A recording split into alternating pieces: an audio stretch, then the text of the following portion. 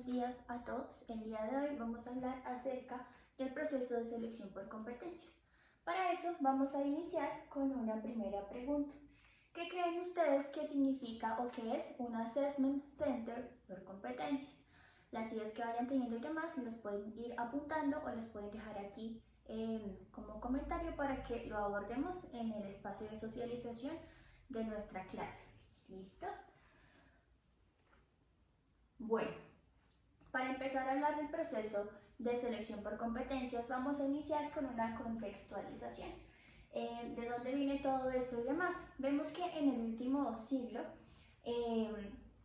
particularmente, digamos que en esta transición o en este intercambio finales de la época de los 90, inicio de los 2000, hay una serie de adelantos tecnológicos, se viene como tal permeando toda la idea de lo que es la globalización y su impacto en el mundo, y hay un importante crecimiento demográfico también a nivel mundial.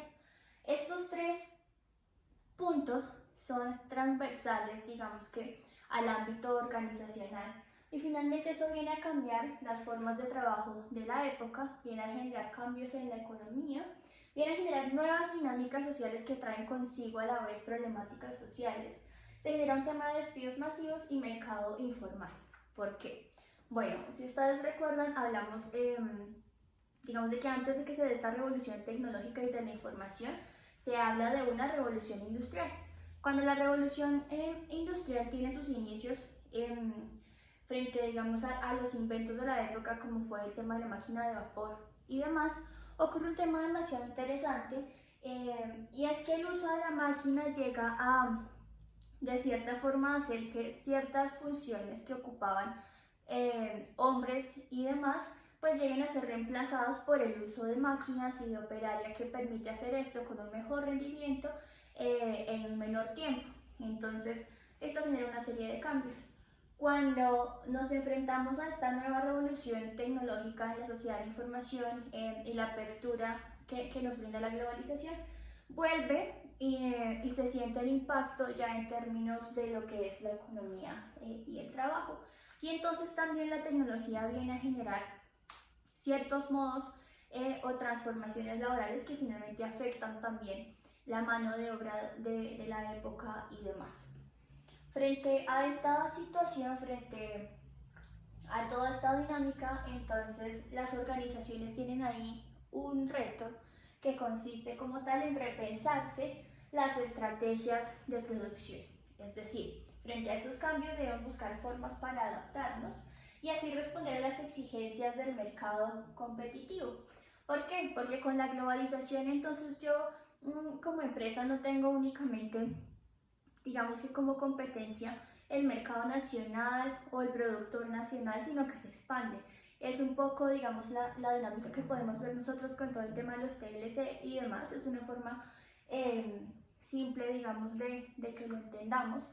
Y es que, por ejemplo, en el caso de lo que es todo el tema de confección, tanto de ropa como de zapatos, Colombia o los productores colombianos se enfrentan con productores, por ejemplo, y en la actualidad el más conocido, pues con el productor chino, ¿cierto? Y a través del Tratado de Libre Comercio, entonces, digamos que se generan una serie de beneficios para el país, pero también se generan todas estas problemáticas sociales donde se viene a generar como tal el impacto, se afecta la producción y bueno, se afectan una serie de fenómenos mucho más relacionados con este ámbito. Frente a eso, lo que pasa es que hay un enfoque en la calidad de los productos y los servicios. Todo esto nos lleva a repensar que lo que tiene que cambiar como tal entonces es la experiencia de servicio. Y aquí los estudiantes de la escuela me darán la razón al decir que el enfoque en el servicio es un enfoque que en la actualidad casi que es imprescindible dentro de cualquier organización. Ya no ofrecemos solo un producto, ya no es solo adquirirlo, sino que además es toda la experiencia de servicio y de calidad que puede relacionarse con la idea de compra de un producto o de un servicio. Frente a esta situación o frente a este cambio, vemos que en la sociedad actual hay dos aspectos primordiales: el conocimiento, la información, ¿sí?, y la tecnología. Conocimiento, información y tecnología. Por eso nos hablan mucho de una revolución tecnológica y también nos hablan de que estamos en la sociedad del conocimiento. Nunca antes en la historia de la humanidad los seres humanos del común y corriente podríamos haber tenido acceso a tanta cantidad de conocimiento y de información como en la actualidad, lo que hace que las organizaciones deban responder y también se deban repensar. Ya digamos que el empleado no es únicamente la persona que se encarga de, digamos que, de rendir con ciertas exigencias, sobre todo de tipo operativo, o que se limita al cumplimiento de ciertas tareas que asigna la organización, sino que esto implica que ahora las empresas son más conscientes de sus trabajadores, ¿cierto? Del talento del trabajador, del conocimiento que puede aportar el trabajador, de la información, del manejo de la información en la actualidad. Y esto hace que se genere esta concepción según la cual los trabajadores pueden aportar sus conocimientos, habilidades, destrezas y demás características humanas para la mejora de los productos y servicios. Paradójicamente, el tema de la sociedad de la información y la revolución tecnológica genera una necesidad o un desglose de la importancia de las características humanas para la mejora de los productos, servicios y procesos. Entonces vemos cómo todo este tema de competencias o habilidades blandas en comparación con otros años llega a ser aún más valioso porque es un bien escaso. En comparación con el auge de la tecnología y el conocimiento, las habilidades blandas llegan a ser supremamente valiosas porque ahora las empresas son más conscientes de que estas son muy importantes para el desarrollo de la organización, de que los profesionales o los trabajadores técnicos, cualquiera que sea su rol, tienen mucho que aportar desde lo que se diría como la parte humana de la situación. No solo conocer, manejar o dominar ciertas funciones, sino en general tener la capacidad, el talento y toda esta parte humana que hace que no solo sea ejercer una función, sino que ejercerla con calidad y con un sentido humano que se ve completamente relacionado con la productividad y con el impacto que se genera en la sociedad. A partir de eso, entonces se genera o se gestiona, digamos que eso digamos que abordado a muy grosso modo, la contextualización. Lo que interesa en esta parte es que todo el tema de la tecnología y todo el tema del acceso a la información más la globalización genera una serie de cambios relevantes en lo que son las organizaciones, el mundo laboral, que hace que sea relevante un enfoque hacia el producto, el servicio y la calidad, y en el cual las empresas son más conscientes de que el talento y el potencial de los empleados, tanto en conocimiento como en habilidades blandas, son fundamentales para el desarrollo óptimo de las funciones y el cumplimiento de objetivos. Y ahí nace como tal la gestión humana por competencias. ¿Qué es lo que busca como tal? Busca desarrollar en los trabajadores un alto desempeño que garantice la realización de sus tareas con eficiencia. Dentro del modelo de gestión humana por competencias se gesta a la vez lo que sería puntualmente la selección por competencias. ¿Qué busca la selección por competencias? Es muy sencillo, es escoger al candidato más idóneo para un cargo específico teniendo en cuenta su potencial y su capacidad de adaptación. ¿Qué es lo que busca? Elegir al candidato idóneo para determinado rol o función, a partir de su propio potencial y la capacidad que tendría esta persona para adaptarse al cambio en determinada situación. ¿Qué aspectos se tienen en cuenta en la selección por competencias? Se tiene en cuenta el reclutamiento, que es cuando estamos buscando personas que hagan parte de la organización, la planificación como tal de cargos, roles y funciones, los planes de desarrollo. El plan de desarrollo es tener la posibilidad de, digamos que, ir avanzando dentro de la organización y saber que si entro con el cargo A, con cierto tiempo, experiencia, cumplimiento de funciones, objetivos y posibilidades, puedo ir creciendo hasta llegar a determinado puesto dentro de la organización. La capacitación, entonces, es muy importante que cuando estamos en todo este proceso seamos conscientes de los conocimientos y habilidades que tienen los empleados, para que asimismo podamos garantizar una formación constante acorde con su perfil, acorde con su cargo y con las demandas de la organización internas, y del entorno externos. La remuneración, desde esta área se gestiona cuánto es el salario acorde a cada uno de los cargos. Todo el tema de salud y seguridad en el trabajo, entre otros. Bienestar, por ejemplo, también está aquí. La selección por competencias finalmente lo que busca es una relación ganar-ganar. Si se acuerdan, la relación ganar-ganar la vimos por allá en el primer corte cuando vimos el tema de asertividad. Miren hasta dónde se extrapola, ¿cierto? La idea es que sea una relación ganar-ganar en la cual se puedan ubicar a las personas en los puestos para los cuales están mejor capacitados en conocimientos y en competencias. Es gana-gana, ¿por qué? Porque la empresa o la organización me ofrece a mí, como empleado, como asalariado, ciertos beneficios a cambio de mi gestión, ¿cierto?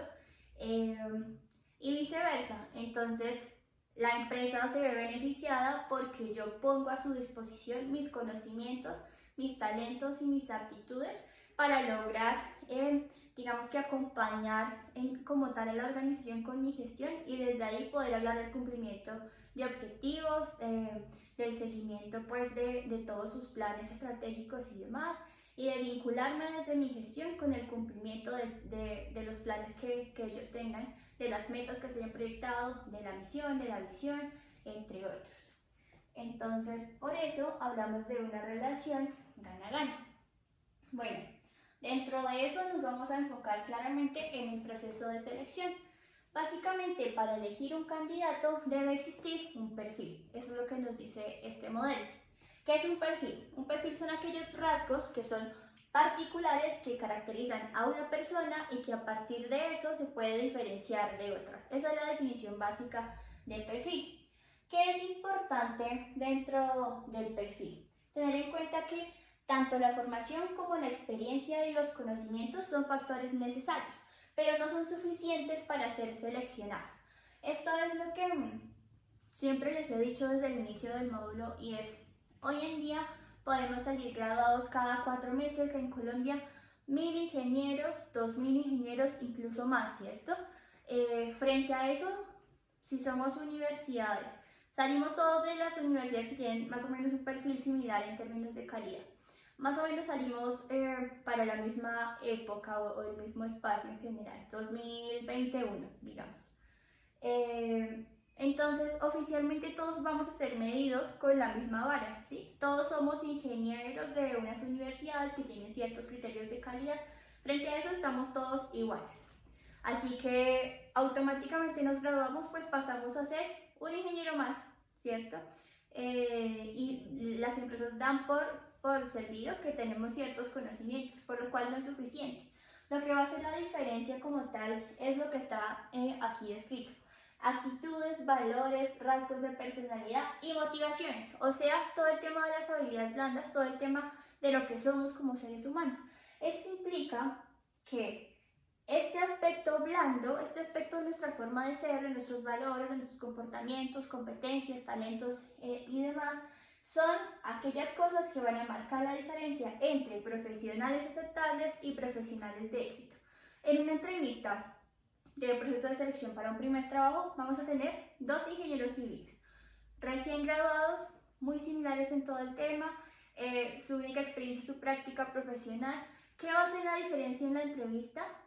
Lo que ustedes van a mostrar en su entrevista, que ustedes son, sus valores, sus competencias, su potencial, la responsabilidad, el sentido de servicio, la ética profesional, la responsabilidad, la disciplina. Todos estos aspectos son los que van a entrar a hacer la diferencia de la comunicación, la forma en la que me voy a expresar. Eso es lo que de cierta forma a los reclutadores les va a dar información acerca de este bien valioso para la organización. El bien valioso es lo que buscan las organizaciones, son actitudes, valores, rasgos de personalidad y motivaciones que vengan y de cierta forma le den el plus a esos conocimientos y habilidades profesionales que ya tiene la persona. Digamos que eso es lo que hace que el tema sea valioso. Por eso es que es importante formarnos en competencias y buscar desarrollar competencias profesionales. Bueno, Para eso entonces vamos a entender en qué consiste el proceso de selección por competencias. Este proceso como tal se puede organizar en 5 factores principales. Iniciamos con una fase de reclutamiento, luego va el análisis del currículo. Una vez que se pasa este filtro, entramos a la entrevista. De la entrevista pasamos al proceso de evaluación.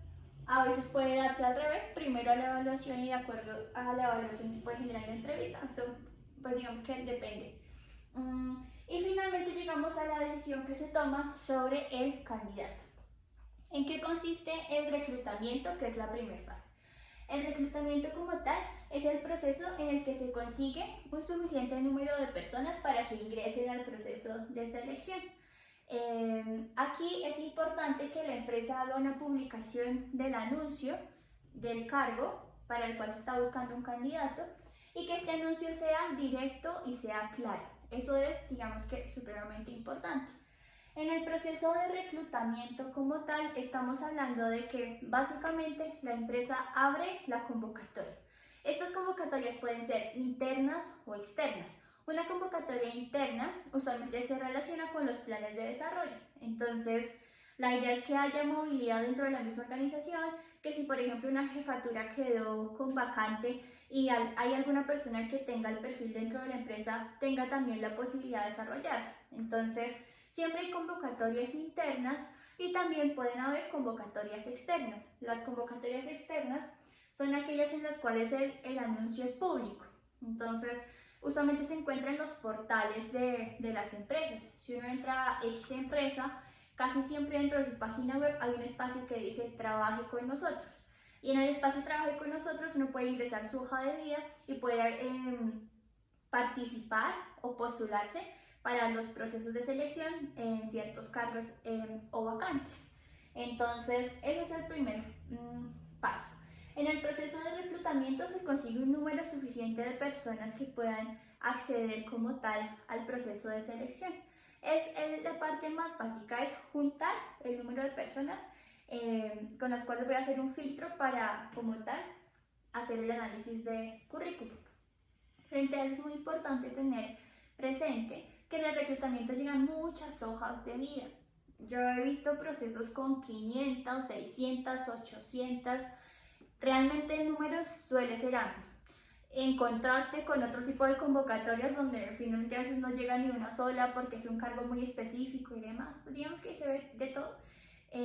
Frente a esto, lo más importante es la hoja de vida. Cuando yo hago parte de un proceso en la fase inicial, veo la convocatoria y me postulo, lo único que yo tengo para destacarme es mi hoja de vida.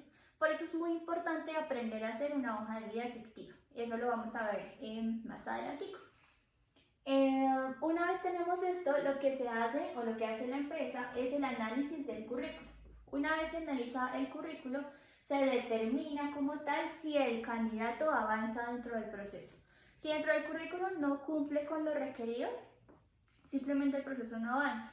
Si dentro del currículo vemos que es un posible candidato para ocupar el cargo, entonces es cuando es convocado para continuar con el proceso. Dentro de esto vamos con la fase de entrevista. ¿Qué se hace en la entrevista? La entrevista lo que busca en sí es predecir el futuro a partir del pasado. Esto es la entrevista por competencias.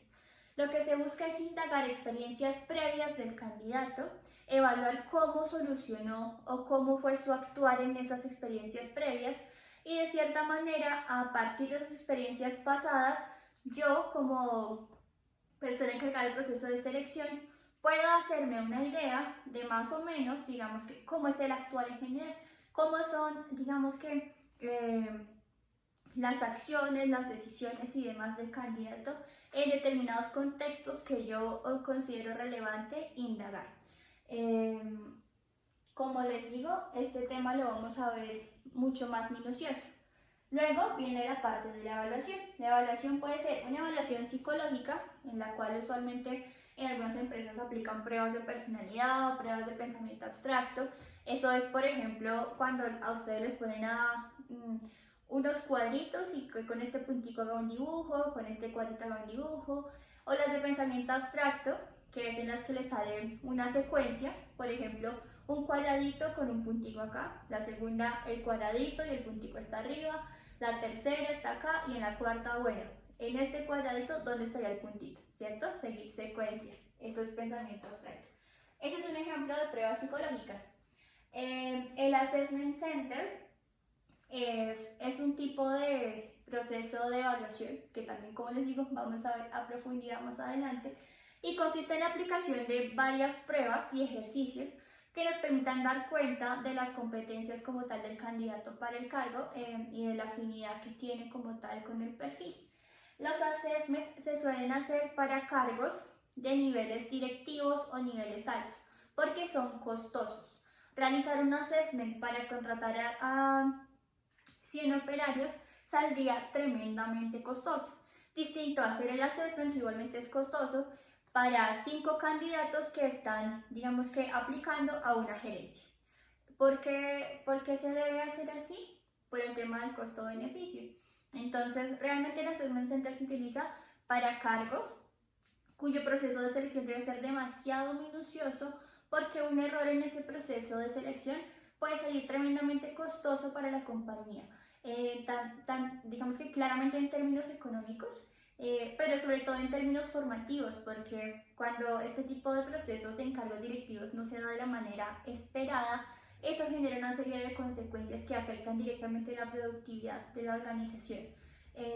O que pueden alargar el proceso de adaptación. Digamos, si una persona no está tan afín para el cargo, puede que su proceso de adaptación a este cargo se demore más en el tiempo, que haya que formar ciertas habilidades que no están, y todo eso ciertamente finalmente va a afectar los resultados y el cumplimiento de objetivos. Entonces, por eso el assessment es una estrategia muy utilizada y se utiliza siempre de acuerdo con la necesidad que requiera el cargo, la importancia que tenga para la organización el cargo y la relación costo-beneficio en cuanto al candidato y en cuanto a lo que debe hacer el candidato en su cumplimiento de funciones. De ahí sale el determinar si se utiliza o no. Y pruebas de conocimientos específicos. Entonces, por ejemplo, yo una vez hice parte de un proceso de selección para psicología clínica.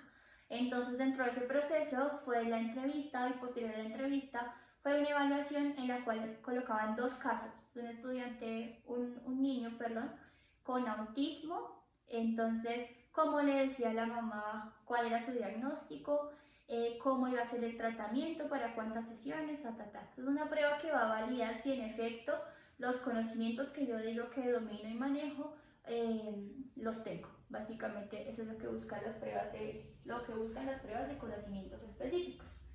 Y con toda esta información, entonces finalmente tendremos una decisión sobre el candidato.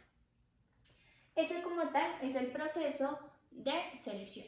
Ahora vamos a entrar a analizar a profundidad el tema del currículo, hoja de vida, como le decimos acá, el tema de la entrevista por competencias y el tema de la evaluación.